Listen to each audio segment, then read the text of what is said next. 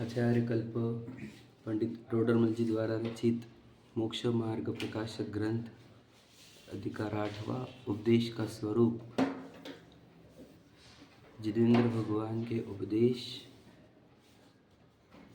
मुक्ति दिलाने वाले और सुखी करने वाले हैं, इसीलिए वो हितकारी है। और अन्य के उपदेश मुक्ति और सुख दिलाने में असमर्थ है, इसीलिए वे अहितकारी वचन है। हितकारी वचन वो ही कह सकते हैं जो स्वयं का हित कर चुके हो, स्वयं वितरागी हो चुके हो, और जो जगत को जानते हो, है ना, और जिसे किसी से राग द्वेष ना हो, उनसे ही सत्य उपदेश आ सकता है, हितकारी उपदेश आ सकता है। हितकारी उपदेश 4 अनुयोगमय है ना, प्रथमानुयोग, करणानुयोग, चरणानुयोग और द्रव्यानुयोग।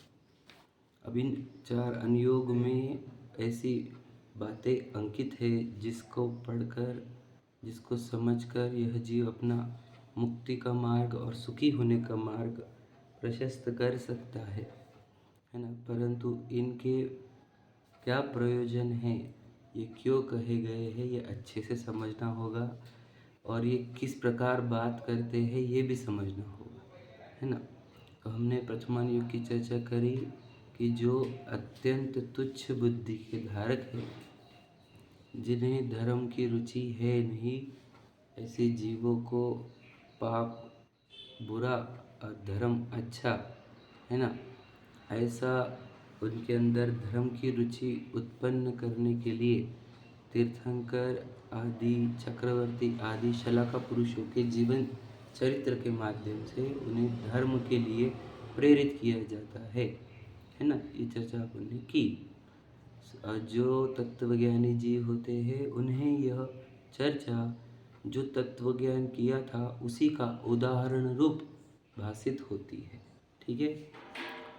फिर आगे करणानुयोग क्या होता है कि जिन जीवों को अपने उपयोग को धर्म में रखना है, ऐसे जीव की पूरी डिटेल्स विशेषण जहाँ हो, ठीक है, कर्मों का विशेषण जहाँ हो, त्रिलोक का वर्णन हो, ऐसी चर्चा का अभ्यास करते हैं, जिससे जिनेंद्र भगवान के वचन कितने यथार्थ है, वस्तु स्वरूप के योग्य है, ऐसे वचन जिन मत में ही है, अन्य मत में नहीं है, ऐसा विश्वास होने पर उनसे तत्वज्ञान प्राप्त करके वह जीव अपने मार्ग को प्रशस्त करता है, ठीक है। जो तत्वज्ञान प्राप्त कर लेता है उसे उसी तत्वज्ञान के साथ तत्व के ही विशेष करणानुयोग में मिलते हैं, ठीक है। ये अपन पढ़ चुके। अब चरणानुयोग का उपदेश हम कल प्रारंभ किए थे। चरणानुयोग में क्या करेंगे कि जो धर्म के साधन है उनको बताकर इस जीव को धर्म मार्ग में आगे बढ़ाने का कार्य चरणानुयोग करता है। साधन अर्थात जिसका प्रयोग करके आप साध्य को प्राप्त कर सकते हो, समझ रहे। साध्य क्या है? साध्य मतलब टू अचीव, समझ रहे। तो साध्य क्या है? सभी जीवों का सुख ही साध्य है, बराबर है। कितना सुख? तो अनंत सुख को प्राप्त हो जीव, है ना, दुखों से मुक्त हो, अनंत सुख को प्राप्त हो, यही सभी जीवों का साध्य है, बराबर है। अब ये सुख को प्राप्त कब होता है? अगर आप इसको ध्यान से देखेंगे तो ये जीव जब विभाव से रहित होता है तब सुख को प्राप्त होता है। विभाव में दुख होता है, स्वभाव में सुख, समझ रहे कि नहीं। कोई मनुष्य, देव, नारकी, तिर्यंच, ये सुख दुख की परिभाषाएं नहीं है कि मनुष्य सुखी होते हैं, देव सुखी होते हैं, नारकी और तिर्यंच दुखी होते हैं, ऐसी परिभाषा नहीं है। पहली बात ध्यान से सुनिए। पुण्य के उदय वाले सुखी होते हैं और पाप के उदय वाले दुखी होते हैं, ये भी परिभाषा नहीं है। क्या समझे? धनवान सुखी होते हैं और निर्धन दुखी होते हैं, ऐसी परिभाषा भी नहीं है, समझ रहे। वापस से, सुंदर सुखी और कुरूप दुखी, ऐसी भी परिभाषा नहीं है। परिभाषा क्या है? स्वभाव वाले सुखी, विभाव वाले दुखी, समझ में आ रहा है। स्वभाव अर्थात क्या? ज्ञान, दर्शन, चेतना, आनंद रूप रहना। ये जो ज्ञान, दर्शन, चेतना, आनंद रूप रहेगा वह जीव सुखी होगा, ठीक है, समझ लीजिए, क्योंकि वो स्वभाव रूप रह रहा है। स्वभाव रूप रहने के लिए कुछ भी मेहनत नहीं करनी पड़ती, आकुलता नहीं होती, तो दुख नहीं होता। समझ में आया? एकदम सिंपल परिभाषा है। समझ रहे क्या है कि सुख काहे से होता है? स्वभाव से सुख होता है। और दुख क्या होता है? विभाव। विभाव मतलब क्या? वहाँ आकुलता होती है क्योंकि इच्छा उत्पन्न होती है, वहाँ जानना देखना बंद हो जाता है और मोह राग द्वेष उत्पन्न होते हैं। इन तीनों को शॉर्ट में कहेंगे हम राग। ठीक है, जहाँ राग उत्पन्न हो गया वहाँ आकुलता उत्पन्न हो गई क्योंकि इच्छा उत्पन्न हो गई और इसलिए दुख हुआ। तो इस जीव का साध्य क्या था कि इसको दुख ना हो। तो दुख ना हो मतलब क्या? राग ना हो। राग ना हो अर्थात वीतरागी हो। वीतरागी हो अर्थात बोलो स्वभाव रूप रहे, ज्ञान दर्शन रूप रहे, आनंद रूप रहे, यह इसका साध्य है। बराबर है? ध्यान से लेना। तो साध्य क्या हो गया? पक्का हो गया आपको, फिर है ना क्या? सुखी होना। सुखी कैसे होंगे? स्वभाव रूप रहने से। विभावों का नाश होगा, स्वभाव रूप रहेंगे तो सुखी होंगे। समझ में आया? तो ये साध्य धर्म क्या है हमारा? सुखी रहना, ज्ञान दर्शन रूप रहना, ये हमारा धर्म है। तो ये साध्य काहे से सिद्ध होगा? मतलब क्या? इस जो साध्य है जो आपको चाहिए, ये काहे से मिलेगा? तो कहते साधनों से मिलेगा। तो साधन क्या है? तो कहते हैं वो देखो कि मंदिर में जाना, भक्ति पूजन करना, स्वाध्याय करना, गुरु उपासना करना, समझे? संयम तप करना, दान देना, ये क्या हो गया? श्रावकों के लिए यह साधन है। काय का? वो भाव का। कौन सा? मतलब स्वभाव का। स्वभाव का मतलब वीतराग भाव। एक शॉर्ट में अगर कहें उसको, स्वभाव मतलब क्या? वीतराग भाव। तो स्वभाव के प्राप्ति के लिए साधन क्या है? तो इस श्रावकों के लिए षट आवश्यक कहे हैं। समझे कि नहीं? कि देव पूजा, उसमें मंदिर जाना भी आया, प्रक्षाल पूजन भी आ गई, समझे कि नहीं? भक्ति आ गई, स्तुति आ गई, तीर्थ वंदना आ गई, मंदिर बनवाना आ गया, ये सब काय में आ गया? देव पूजा में। गुरु उपासना मतलब फिर गुरु की सभी सब विनय व्याव्रत आदि सब है ना, वो गुरु उपासना में उनके उपदेश ग्रहण करना आदि, स्वाध्याय में शास्त्र पढ़ना आदि। तो ये चरणान योग जो है वो श्रावकों के लिए षट आवश्यक की क्रिया का उपदेश देता है। मतलब क्या कहा जाता है? पाप कार्य छुड़ाकर उसको पुण्य कार्य के लिए प्रेरित किया जाता है। बराबर है? कौन से पाप कार्य? मतलब वो हिंसादि कार्य में लगा हुआ जीव है, उसको मंदिर आदि या फिर षट आवश्यक आदि कार्य में लगाया जाता है। मतलब यहाँ पर कार्य करने की प्रेरणा दी जाएगी, यानी क्रियाओं की प्रेरणा दी जाएगी। देह के लेवल पर बात की जाती है मुख्यतः से। समझे कि नहीं? चरणान योग परिणामों की अपेक्षा से बात नहीं करता। चरणान योग का पूरा उद्देश्य भावों को शुद्धि का ही है, लेकिन वो उपदेश देते हुए भावों की चर्चा नहीं करता, क्रियाओं की चर्चा करता है। ये गहराई समझना क्या कह रहा हूँ मैं। वो मंदिर आने को कह रहे थे, तो मंदिर तो शरीर आता है, उससे क्या धर्म हुआ? वो मंदिर में आते हुए तेरे जो विशुद्ध भाव परिणमते हैं, उन भावों के लिए मंदिर आने को कहा था। क्या समझे? लेकिन वहाँ पे विशुद्ध भावों की चर्चा नहीं होगी, वहाँ ये कहा जाएगा प्रतिदिन मंदिर आना चाहिए। समझ में आ रहा है? क्या कहते समझ रहे? पूजन करने को कहेंगे, ये नहीं कहेंगे कि वहाँ पे विशुद्ध भाव प्रकट करो। आपको ये समझना होगा कि ये अर्घ्य इसे इधर चढ़ाना, यह पूजन नहीं। गहरे समझना आप क्या कह रहा हूँ मैं। समझे कि नहीं समझे? ये पूजन अंग में 8 द्रव्य रहते हैं, ये चढ़ाने का, ये कहाँ मिलेगा आपको? चरणान योग में। समझे कि नहीं? पूजन के विधान में ये लिखा गया होगा कि कैसे पूजा की जाती है, अष्ट द्रव्य लिए जाते हैं, उत्कृष्ट द्रव्य लिए जाते हैं आदि। तो श्रावकों की समस्त क्रिया है ना, और मुनिराजों की समस्त क्रिया का निरूपण जहाँ हो वह चरणान योग होता है। वहाँ पर क्या किए करेंगे? क्या करना और क्या नहीं करना, ऐसा उपदेश आएगा। ये सब उपदेश क्या है? ये सब क्या है? साधन है। साधनों का वर्णन जहाँ होगा उसको चरणान योग कहते हैं। दिक्कत क्या है हमारी? हम साधनों को धर्म मान चुके हैं, इसीलिए साधनों के बाद साधनों का प्रयोग करने पर उत्पन्न होने वाला धर्म वो हमारा प्रकट नहीं हो रहा, क्योंकि हमने साधनों को ही धर्म मान लिया है। अब दिक्कत क्या है यंगस्टर्स की? उनको दिखता है कि हमारे माँ बाप जो है वे मंदिर भक्ति पूजन करते हैं पर सुखी नहीं हुए हैं।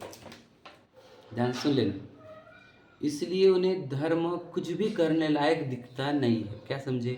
ध्यान से लेना। बोलते फ़ायदा क्या हुआ तुम्हारा? तुम्हारे को भी टेंशन है, चिंता है ना, भय है, राग द्वेष है, क्रोध करते हो, अभी भी तुमको प्रॉपर्टी चाहिए, अभी भी खाना चाहिए, अभी घूमना फिरना चाहिए। एग्जाम्पल, वो ये जज करते ना कि हैप्पीनेस कहाँ है इनके अंदर, समझे कि नहीं। तो फिर क्योंकि माँ बाप जो है वे साधन से साध्य अचीव नहीं कर पाए, क्या, राग द्वेष घटाकर, मोह राग द्वेष घटाकर अपने अंदर आनंद उत्पन्न नहीं कर पाए माँ बाप, समझे कि नहीं। इसलिए बच्चे धर्म से प्रेरित नहीं हुए। अब माँ बाप क्यों नहीं प्रकट कर पाए, क्योंकि माँ बाप ने साधनों को ही धर्म मान लिया था। वे साधन कर करके बताना चाह रहे हैं कि देखो हम धार्मिक है। क्या समझे, समझे कि नहीं समझे। साधनों से धार्मिक नहीं होगा, साधनों से जो साध्य करना, क्या साध्य करना बोल चुका हूँ मैं, वीतराग भाव, मोह राग द्वेष रहित स्वभाव भाव, ज्ञान दर्शन चेतना आनंद, ये प्रकट जिसके हो जाएगा वो धार्मिक है। क्या समझे, समझे क्या। तो साधनों से धार्मिक मानना चाहते हैं, खुद को मानते हैं, साधन को ही धर्म मानते हैं लोग, समझे क्या। तो जो साधन को धर्म मानते हैं उनके जीवन में साध्य अचीव होता है क्या, नहीं होता। देखो साधन वाले लोग हम आपको लाखों गिनाएंगे इंडिया में, जैन में भी गिना दूंगा साधन वाले, लेकिन साध्य वाले इक्के दुक्के भी नहीं मिल रहे, समझे क्या नहीं, बहुत कम है। मतलब पता ही नहीं है साधन साध्य क्या है, वही तो बोल रहे हैं, साधन को साध्य मान लेते हैं, इसीलिए साध्य किसी के पास है ही नहीं। मैंने आपको ये बताया था कि सोचो आदिनाथ जी से लेके भगवान महावीर तक उन्होंने पूजन वगैरह कुछ की नहीं, दीक्षा ले ली, तो फिर वो पूजन इम्पोर्टेंट होती तो वो नहीं क्यों नहीं कर रहे, हाँ। और अगर वो इम्पोर्टेंट है तो हम क्यों कर रहे, प्रश्न पूछना चाहिए उन्हें, है कि नहीं। उन्होंने प्रक्षाल किया कि नहीं कभी भगवान महावीर ने, कभी नहीं किया उन्होंने। तो फिर अब हम समझो बात को, वो साध्य अचीव कर चुके कि नहीं कर चुके, कर चुके। आपको याद रखना, जो तीर्थंकर होते हैं वे कभी अणुव्रत नहीं लेते, पता है आपको, वो महाव्रत लेते हैं डायरेक्टली, ठीक है। तो शला का पुरुष मुख्यतः से सभी आपको दिखेंगे ये क्या, कि वो डायरेक्ट महाव्रत लेते हैं। उनका जीवन नॉर्मल जीवन ही अणुव्रत समान होता है, क्योंकि वे तो ऑलरेडी शायिक सम्यक दर्शन लेकर आए, तो उनका जीवन वैसे भी श्रावक योग्य आचरण रूप होता है। कोई अन्य अन्य भक्त उनके जीवन में रहता ही नहीं, लेकिन आचरण भी एकदम निर्मल रहता है उनका। वे डायरेक्ट महाव्रत लेते हैं। तो क्या कर रहे हैं, तो महाव्रत क्या है बोलो, साधन ही है। क्या समझे आप, दीक्षा धारण करना, उनका जो नग्न होना है, पंचमुष्टि के श्लोच है उनका, समझे कि नहीं। और उनका दीक्षित होकर गिरि पर्वत पर जंगलों में जाने का उद्देश्य क्या है, साधन ही है। वे उस दीक्षा के साधन से अपने वीतराग भाव को, स्वभाव भाव को साध रहे थे। क्या समझे, साधना कंप्लीट हुई कि वे अनंत सुखी हुए, समझे क्या नहीं समझे।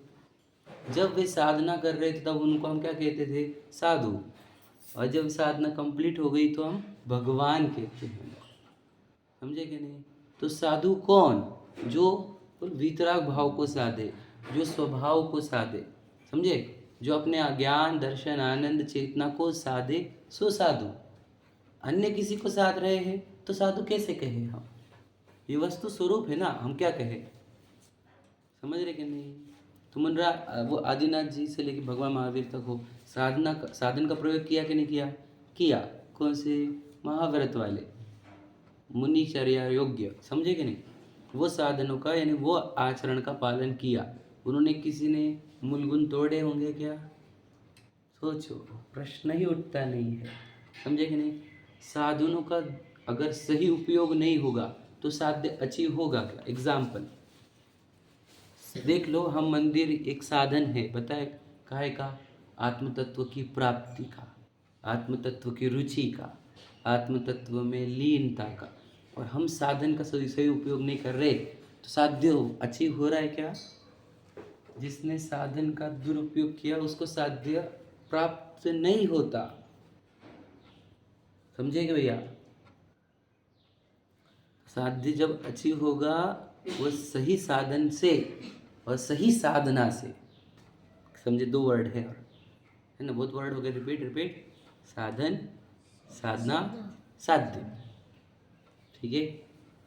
तीनों में से एक भी गलत हुआ तो साध्य की प्राप्ति नहीं होगी। अब हमारे साध्य क्या है बताओ हमारे जीवन में, धन, ऐश्वर्य, पुत्र, पुत्र का ऐश्वर्य आदि आदि, निरोगता, सुंदरता, प्रसिद्धि, प्रशंसा। तो साध्य गलत है। तो साध्य गलत होने से क्या होता है, उसके साधन क्या पकड़े हमने, धन, समझ रहे, व्यापार, समझ रहे, और दिन भर दुकान पे क्यों बैठते हो, साधना। समझते, साधु नहीं ये लोग, सब लोग साधु है हमारी नज़र में, समझे क्या नहीं। गलत क्या है, साध्य गलत है। अच्छा, वो साधना और साधन का प्रयोग सही कर रहे कि नहीं कर रहे, कर रहे, लेकिन गलत क्या है, साध्य गलत है। नहीं समझ रहे, साध्य के हिसाब से सही, साध्य वही टारगेट मतलब साध्य है ना।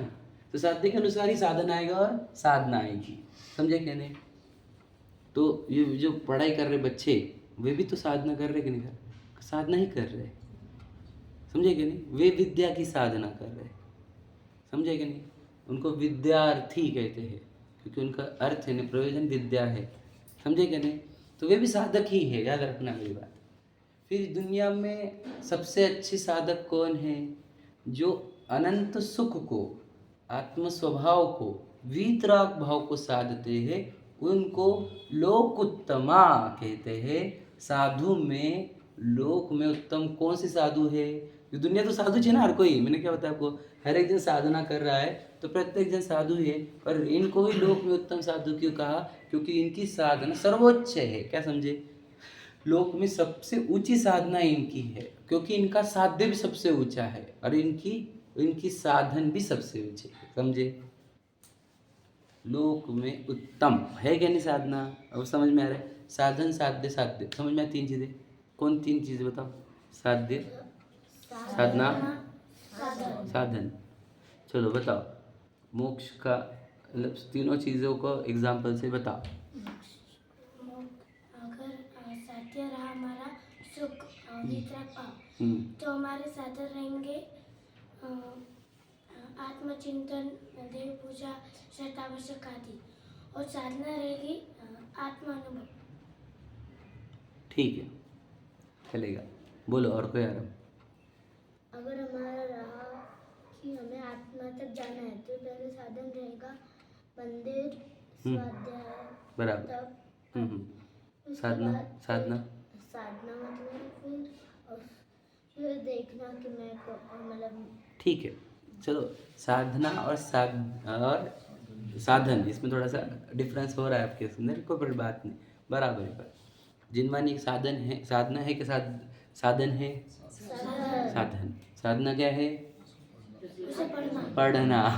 समझे क्या, तो वो उसकी पूजा करे तो भगवान जी बताओ, साधन है कि साध्य है, पहली बात बोलो, साधन। भगवान जी साध्य नहीं, समझ रहे थोड़ी सी बात। भगवान जी कौन है, साधन।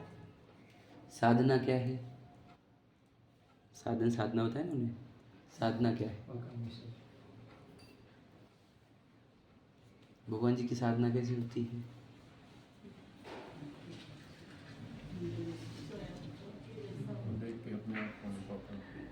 देखो, भगवान जी साधन है ना, तो इनका प्रयोग करना है हमारे को, बराबर है कि नहीं।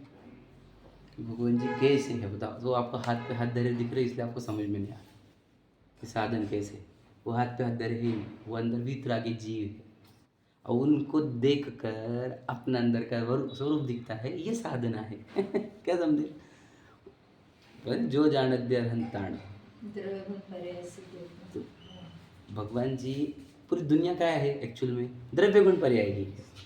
तो भगवान जी को देखना मतलब क्या, द्रव्य गुण पर्याय से देखना मतलब क्या, भगवान जी को एक्चुअल में देखना, समझे कि नहीं। ये हाथ को देखो, तुम बोले ये क्या है, हाथ है, हाथ नहीं है, ये पुद्गल है। पुद्गल की स्पर्श गुण की, रस गुण की पर्याय है, तो ये द्रव्य गुण पर्याय ही है। हर चीज दुनिया में और कोई चीज है ही नहीं द्रव्य गुण पर्याय के सिवा। तो भगवान जी को देखना मतलब क्या, द्रव्य गुण पर्याय से ही देखना हुआ। हम कह रहे शरीर मत देखो, क्योंकि वो द्रव्य गुण पर्याय नहीं भगवान जी की, बराबर है कि नहीं। भगवान जी की द्रव्य गुण पर्याय क्या है, अनंत भगवान द्रव्य है, वो जीव द्रव्य है। अनंत गुण ज्ञान दर्शन आदि गुण है, और पर्याय में केवल ज्ञान आदि पर्याय है।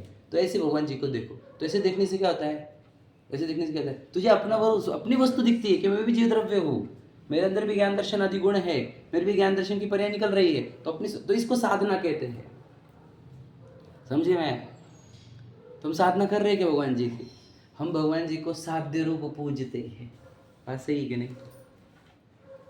सही है कि नहीं बताओ। साध्य रूप भी नहीं पूछते, साध्य तो जो आपने बताया लौकिक है। वो भी किसी किसी का तो साध्य। हम तो अब हमारे जो स्वाध्याय में बैठे उनकी चर्चा कर रहा हूँ। दुनिया के साध्य तो बताया मैंने। भगवान जी भी साधन बन जाता है उनका, काहे के लिए? लौकिक साध्य के लिए। धन संपत्ति यश बालक बच्चा, समझे कि नहीं? बिन मांगे सब देते, समझे कि नहीं? भक्ताम स्तोत्र क्या है? साधन। काय का निरुक्ता का किस में देख रहे थे? साधनों का दुरुपयोग है ये। हाँ वही तो अब याद रखना मैं आपको तो पूरा धर्म जो है वो मुक्ति और सुख का साधन है, बराबर। इस साधन से यश कीर्ति लाभ, समझे कि नहीं, आदि अचीव किए गए तो इन साधनों का दुरुपयोग है ये। याद रखना ये दुनिया के सबसे महंगे साधन हैं और महंगे साधनों का दुरुपयोग करने का दंड महादंड है, जिसका फल 70 कोड़ा कोड़ी होता है। क्या समझे? ध्यान से सुन लेना जो बातें बोल रहा हूँ, सब सैद्धांतिक बातें हैं, समझे कि नहीं? जितने बोल रहा हूँ सिद्धांत है सब। तो भगवान मंदिर क्या था? साधन था, समझे कि नहीं? भगवान जी भी साधन है, जिनवानी भी साधन है। अब साधना कैसी होती है और साध्य क्या है ये निर्णय करो। देखो हमारी दिक्कत क्या है बता, साधना दिक्कत है, साध्य दिक्कत है कि क्या बोलते हैं साधन? क्या दिक्कत है हमारे जीवन में? समझ रहे? अच्छा साधन में कोई दिक्कत है किसी को? वो लोग जो है बाहर उनको साधन की दिक्कत है, पता है? उनको साधन नहीं है। अनंत जीव राशि ऐसी जिनके पास साधन ही नहीं है, मुक्ति का, अनंत सुख का, वितरागता का, समझे? हमारे पास है साधन तो है, लेकिन अब दिक्कत क्या है? हमको साध्य पता नहीं है। इनकी साधना करके साध्य का करना ये पता नहीं, समझ रहे? इसीलिए इतना स्पष्टीकरण किया जा रहा है। ये जो बता रहा था मैं आपको कारण, समझे कि नहीं? क्या है कि ये सब कारण है और आपको कार्य करना है अपने अंदर। समझ में? पढ़ते अपन इसमें आ जाओ। अरे सही बात है। अरे प्रतिदिन अपने को अपनी पुराने दिन की गलती समझ में आए, यही हमारी गलती की, यही हमारे इम्प्रूव होने का लक्षण है। हमारे को कल लगता कि मैं कल बहुत गलत था, समझ लेना आज इम्प्रूव हो गया आप, समझे कि नहीं? नहीं मैं तो सही था, वो लोग गलत थे तो तू इम्प्रूव नहीं हुआ बेटा, समझे कि नहीं? अब हमारे को हमारी गलतियाँ दिखने लग जाना ये शुभ संकेत है। देखो सबसे अच्छा शुभ संकेत क्या होता है? जो बोलते हैं शुभ लक्षण, कुछ अच्छा दिखा हमारे को, आज 2 बगुले दिखे ऐसे रहते ना, 2 बैल दिखे। सबसे अच्छा शुभ लक्षण क्या होता है इस जीव के? बताओ तो। पहला लक्षण आपको ये प्रश्न पड़े कि मैं कौन, समझ लेना आपका निर्वाण आ गया है निकट। सबसे बड़ा लक्षण ये होता है क्या आपको ये प्रश्न पढ़ने लग जाए मैं कौन, समझ लेना आपका बहुत निकट काल में निर्वाण है। ये सबसे अच्छा लक्षण। दूसरा आपको अपनी गलतियाँ दिखने लग जाए, दूसरों की नहीं, तो समझ लेना आपका वितरागता भी आने वाली है आपको जल्दी से। सही कह नहीं? समझ, ये 2 चीज़ें याद रखना। मैंने जो निकाली है मेरे अंदर से 2 चीज़ें अच्छे लक्षण हैं अपने जीवन में। खुद की गलतियाँ समझ में आना और दूसरा फिर पहला मतलब मैं कौन हुए प्रश्न पढ़ना। ठीक है चलो अपन कल जो पहला पैराग्राफ पढ़े थे वो एक बार पढ़ लेता हूँ 270 पर। अब चरणान योग का प्रयोजन कहते हैं। चरणान योग में नाना प्रकार धर्म के साधन निरूपित करके जीवों को धर्म में लगाते। वर्ड क्या है? नाना प्रकार धर्म के साधन। समझ में आ रहा है? तो साधन में ही भगवान जी की प्रतिमा भी आती है, समझे कि नहीं? समो शरण भी आता है और दीक्षा भी साथ। अब बहुत से जन वो दीक्षा को ही साध्य माने। देखो तो दिक्कत क्या बोला मैंने आपको, साधन सब सही है हमारे पास, साध्य दिक्कत है समझे कि नहीं? आत्मा का हित मोक्ष ही है, ऐसा 90 अधिकार का पहला। क्यों? साध्य फिक्स करो पहले आपका कि आपको साध्य क्या है। वो जगह वो नहीं है, समझे कि नहीं? क्या है? वितराग भाव, स्वभाव भाव, ज्ञान दर्शन चेतना, समझे कि नहीं? वो हमारा स्वभाव है, वो हमारा साध्य है, समझे कि नहीं? और कुछ भी साध्य नहीं है, समझे कि नहीं? समझे? बहुत से लोग उसके चक्कर में इसको भी खराब कर देते, बोला क्या? नहीं समझे होंगे आप? जगह पे कहीं तो भी जगह पे जाने का उसके चक्कर में राग द्वेष रूप भाव भी कर लेते हैं समझे? आपको भाव सुधारने थे तो आप उधर पहुंचेंगे, भाव बिगाड़ कर नहीं पहुंचते कोई। क्या गहराई समझ लेना, ठीक है? जो जीव हित अहित को नहीं जानते हिंसादि पाप कार्यों में तत्पर ही रहते हैं। उन्हें जिस प्रकार पाप कार्यों को छुड़ाकर धर्म कार्यों में लगे उस प्रकार उपदेश दिया। समझे? कौन? जो जीव कैसे है, हित अहित भी नहीं समझता उनको लगता है मैं व्यापार कर रहा हूँ तो मैं हित कर रहा हूँ। समझे कि नहीं? हित का कार्य है कि नहीं व्यापार करना? बताइए। गहराई समझना होगी आपको। हित सबको तो यही लग रहा है कि मैं हित का कार्य कर रहा हूँ, बराबर है कि नहीं? आप बोलेंगे किसकी सही बात तो है, हित तो हो रहा, हित थोड़ी हो रहा, आजीविका जरूरत नहीं क्या? समझे कि नहीं? तो समझता नहीं बेटा, समझे कि नहीं? अहित कार्य हो रहा है, हित कार्य थोड़ी है वो। समझे कि नहीं? तब बहुत बता सकता हूँ लेकिन चैप्टर चेंज हो जाएगा। चलो, उन्हें जिस प्रकार पाप कार्य को छुड़ाकर धर्म कार्यों में लगे उस प्रकार उपदेश दिया। तो क्या बोला उसको हमने?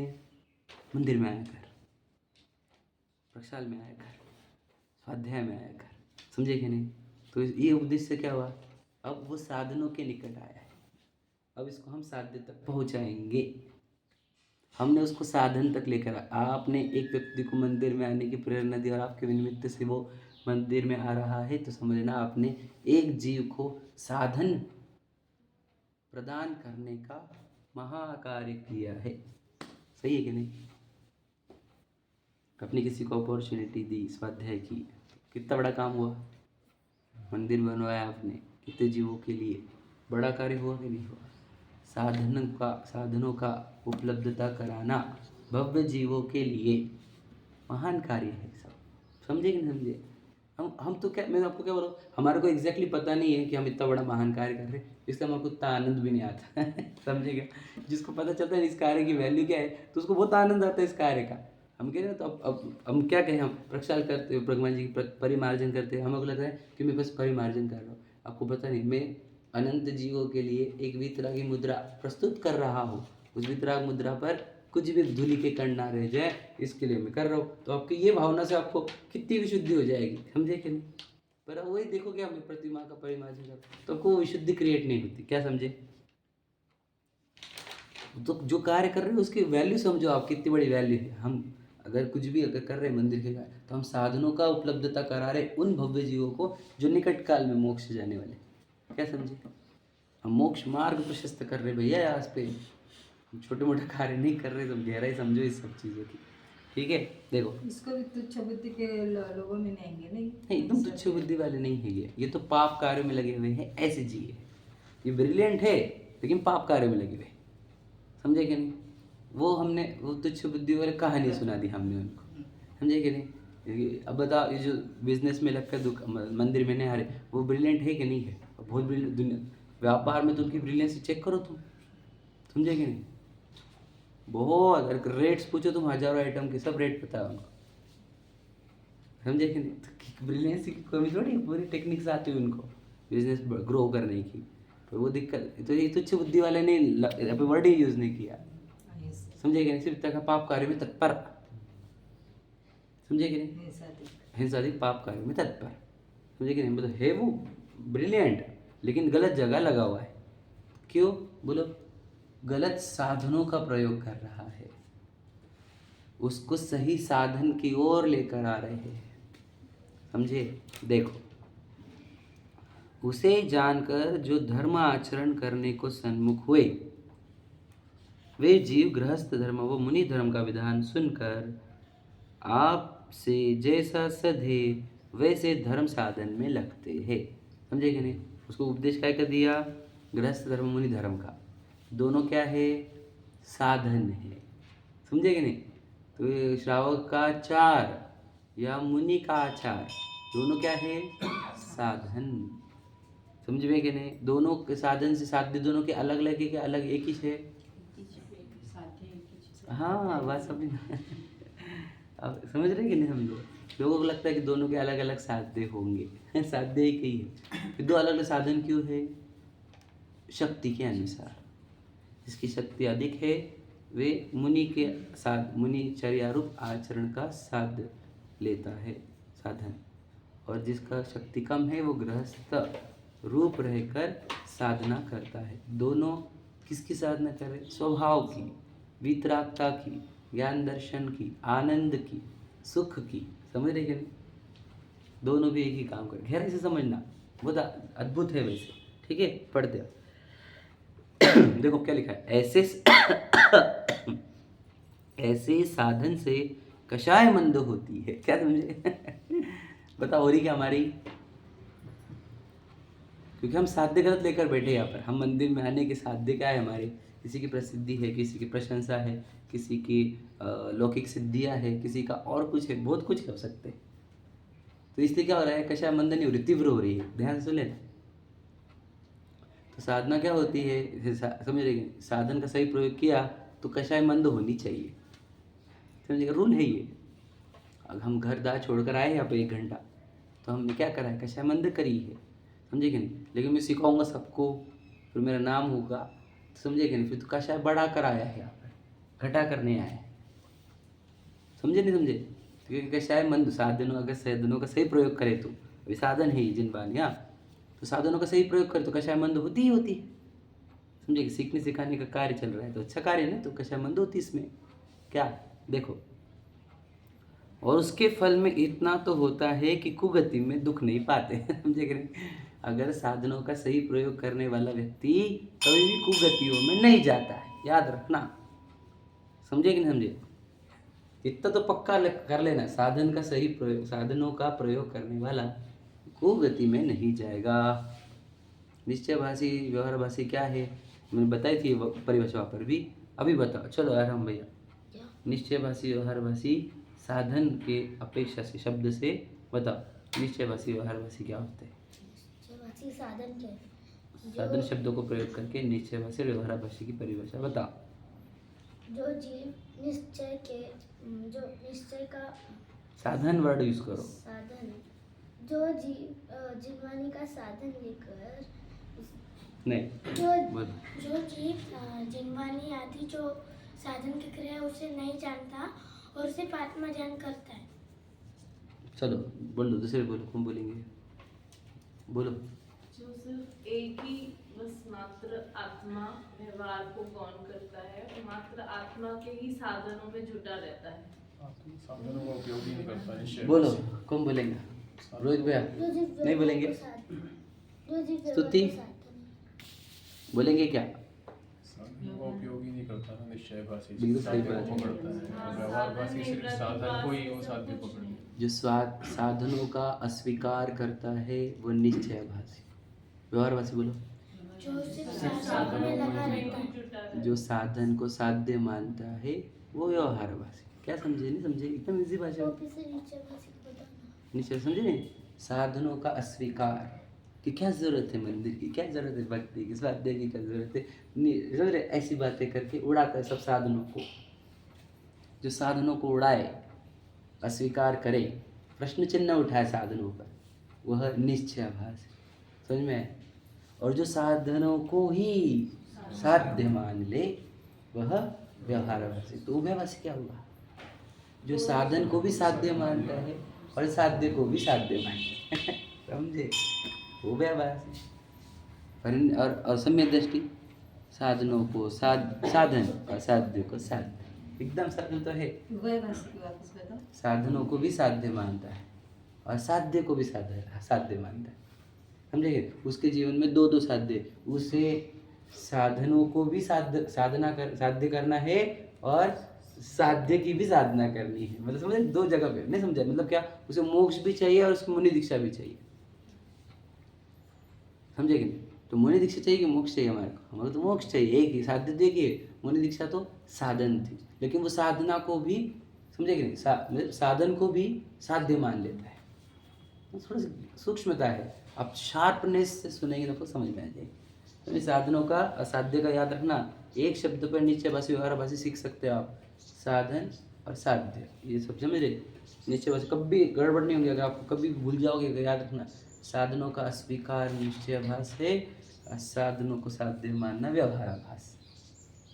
ये 2 परिभाषा आपके अंदर लर्न करो तो आप कभी निश्चयभाषी व्यवहारभाषी नहीं बनोगे। याद रखना मेरी बात, समझ में आया ना? कोई बनोगे ही नहीं। यहाँ पर आओगे तो, मंदिर में आओगे तो समझ लोगे ये साधन है, ये साध्य नहीं। क्या?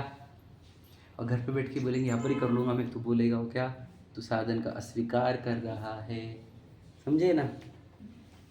तो क्या जरूरत है पूजन में जाने की, क्या जरूरत है तो साधन का स्वीकार करता है, समझे।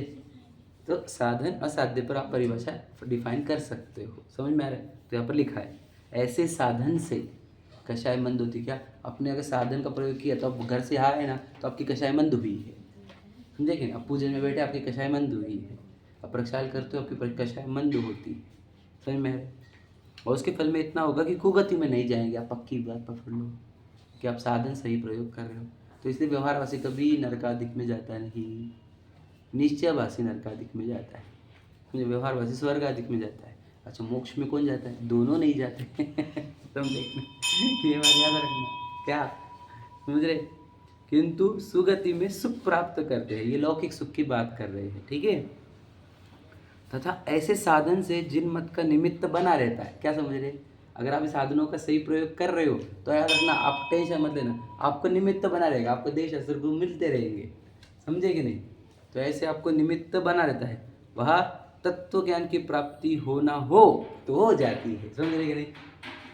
तो वो लिखा है कि सची टोपी दरिद्रोपी जिन धर्मानुवासिता, अर्थ क्या, गरीब भी हो जाओ लेकिन जिन धर्म का साधन रहे, मतलब क्या, जिन धर्म प्राप्त मतलब साधन मेरे पास बना रहे, समझे कि नहीं, यही भावना है। वो ध्यान सुन लेना, तक मैं मोक्ष पद को प्राप्त करने को आप समझे नहीं, वो तो समझ चुका हूँ मैं, जो समझा रहा हूँ वो समझो। क्या कह रहा हूँ मैं, हम क्या मांग रहे हैं कि मेरे पास साधन बने रहे, बात समझ रहे कि नहीं। गलत नहीं है वो, कि जब साधन रहेंगे तभी तो मैं साध्य अचीव कर पाऊंगा, तो मेरे से साधन कभी छूटे नहीं, ये बात भावना है वो, है ना, समझे। मेरे पास मतलब जिन धर्मानुवासिता, मतलब क्या, जिन धर्मानुवासिता का अर्थ क्या, कि मुझे जिन धर्म के अनुवास मतलब साथ में रहना, जिन धर्म मेरे पास रहना, ये कभी छूटे नहीं, चाहे मैं सची टोपी दरिद्रोपी, समझ रहे, दरिद्र भी बन जाओ, समझे कि नहीं। अब कुछ लोग अमीर बनना चाहते हैं और साधन छोड़ देते हैं। मैंने बता दिया आपको, पैकेज करोड़ों के पैकेज में ये साधन छोड़ देते हैं लोग। मैंने बोला था एक बार कि ये छोड़ो मत, बड़ा पैकेज मिलता होगा तो भी दूसरी तरफ जाने के लिए, समझे कि नहीं समझे। तो इधर करोड़ों का पैकेज 5 करोड़ पर मंथ, और इधर आपको देवशास्त्र गुरु, उधर कुछ भी नहीं, तो तुमने वो छोड़ दिया, वो लाइन कौन सी, सची टोपी दरिद्रोपी जिन धर्मानुवासिता, समझे कि नहीं, भूल गए तुम साधन। तो अगर आप साधनों की महिमा समझते हो, समझेंगे, तो आपको साधन मिलते रहेंगे जब तक आपको मुक्ति नहीं मिलती। लेकिन आप साधनों का अस्वीकार करोगे, साधनों का दुरुपयोग करोगे, साधनों की महत्वता कम करोगे जीवन में से, साधनों को 10वें प्रायोरिटी पे रखोगे, पहली प्रायोरिटी पे नहीं रखोगे, तो समझ लेना आपसे साधन छूटने वाले। ना भगवान जी मिलेंगे, ना गुरु मिलेंगे, ना जिनपानी मिलेगी, कुछ नहीं मिलेगा, जैन धर्म नहीं मिलेगा, समझ में। तो जैन धर्म मिलना बहुत बड़ी बात है, सुने ना आपने, क्यों, क्योंकि यही मोक्ष का साधन है और कोई नहीं है। तो सबसे महंगी चीज़ तो आप लेकर आए हो, समझे कि नहीं। सबसे महंगी चीज़ तो जैन धर्म है, वीतरागी गुरु, वीतरागी धर्म, वीतरागी भगवान, समझे कि नहीं। सब कुछ तो मिल गया आपको, साधन तो बढ़िया है, साधना करो साध्य को प्राप्त करने के लिए, समझे कि वीतराग भाव वो प्रकट हो गया, किसी से राग द्वेष नहीं, कोई मोह नहीं, अनंत सुख, कोई चिंता ही नहीं, कोई भय नहीं, समझ रहे कि नहीं, वो साध्य करना है। ये जिनेंद्र भगवान के शासन में साध्य होता है, समझे कि नहीं। यहाँ पर ही साधना हो सकती है, और कहीं साधना नहीं हो सकती। इसलिए कहते हैं कि जैन धर्म सबसे महान, प्रधानाम सर्वधर्मानाम, समझ रहे। तो ये क्या होगा आपको, कि आपको जिन मत का निमित्त बना रहता है, वह तत्व ज्ञान की प्राप्ति होना हो तो हो जाती है। तो देखो आपका भाग्य बताता हूँ आपको भाग्य था तो भी तो आप जिन मत का निमित्त आपको बना हुआ है नहीं। पूर्व में आपने साधनों को महत्व दिया होगा, साधनों की महिमा गाई होगी, साधनों की प्राप्ति की भावना गाई होगी, इसलिए आपके पास साधन तो प्राप्त हो गए कि नहीं हो गए। कहीं जैन धर्म मिल गया ना आपको, जिनवानी मिल गए, जिनेंद्र भगवान मिल गए, और अब क्या, तत्व ज्ञान की प्राप्ति होना होगी तो हो जाएगी, नहीं तो नहीं होगी। कितने जीवों को नहीं होगी, देखो आप, समझे कि नहीं। अभी इतने जीवों को मिलने पर भी याद रखना, जो साधनों का प्रयोग तो कर रहा है, मतलब मंदिर तो आ रहा है, भक्ति कर रहा है, लेकिन तत्व ज्ञान प्राप्त नहीं हुआ, लेकिन जिन मंदिर में आता है, प्रक्षर पूजन करता है, आदि आदि करता है, उसको निमित्त तो बने रहेंगे, याद रखना। लेकिन जो मंदिर भी नहीं आ रहे, भक्ति पूजन स्वाध्याय कुछ भी नहीं कर रहे, समझेंगे, उनको तो ये निमित्त खत्म होने वाले हैं। उनको तो बस इस सीट खाली हो जाएगी वैकेंट और कोई और आएगा इसके ऊपर, समझ रहे कि नहीं समझे। तत्व ज्ञान वाले तो निर्वाण को प्राप्त ही होने वाले हैं निकट काल में। तो तत्व ज्ञान को नहीं प्राप्त हो रहे, लेकिन देवशास्त्र गुरु के निकट है, भक्ति भाव से, प्योर भक्ति भाव से अब उनको निमित्त बना रहेगा देवशास्त्र गुरु का, सच्चे देवशास्त्र गुरु, समझे कि नहीं। लेकिन समझे कि नहीं, जो देवशास्त्र गुरु से ही दूर है, साधनों से ही दूर है, उनको तो वापस ही प्राप्ति होगी नहीं, समझे। तो अब हमारे क्या करना है, ये लाइन समझो, तत्व ज्ञान की प्राप्ति करनी है। तत्व ज्ञान मतलब मैं कौन हूँ ये समझना है, और क्या है, आइडेंटिफाई योरसेल्फ, समझ रहे, अपने आप को समझना, बस इतना ही तो तत्व ज्ञान होता है। और क्या होता है कि मैं हूँ कौन, तो बॉडी में नहीं हूँ, बिल्कुल सही है। दुनिया इधर उधर हो जाए, मैं बॉडी नहीं बनता ये तत्व ज्ञान है, बस समझे कि नहीं। देह पड़ोसी है, ये समझ में आ जाना ही तत्व ज्ञान। देह अपने आप से भिन्न दिखे, क्योंकि देह का एकत्व, ममत्व, कर्तृत्व, भोक्तृत्व ही तो मिथ्यात्व है, वही तो मिथ्या ज्ञान है, समझे कि नहीं। और देह का परत्व, भिन्नत्व है ना, यही तत्व ज्ञान है, यही सम्यक ज्ञान है, यही सम्यक दर्शन, समझ रहे। तो ये आपको इस शासन में मिलेगा और कहीं मिलेगा नहीं। इसलिए आप भाग्यवान तो बहुत हो, तत्व ज्ञान करो, भाग्यवान हो, तत्व ज्ञानी हो, समझे कि नहीं। भाग्यवान हो अभी तक, लेकिन अभी होना क्या है, तत्व ज्ञानी होना है, समझ में आ रहा है। भाग्यवान होके फायदा नहीं, तत्व ज्ञानी होके फायदा है, समझ रहे। तो ये करो, ये सबसे अच्छा कार्य है। साधनों को साधन समझो और साधनों की साधना से साध्य को अचीव करो, ठीक है। चलो, सहजानंदी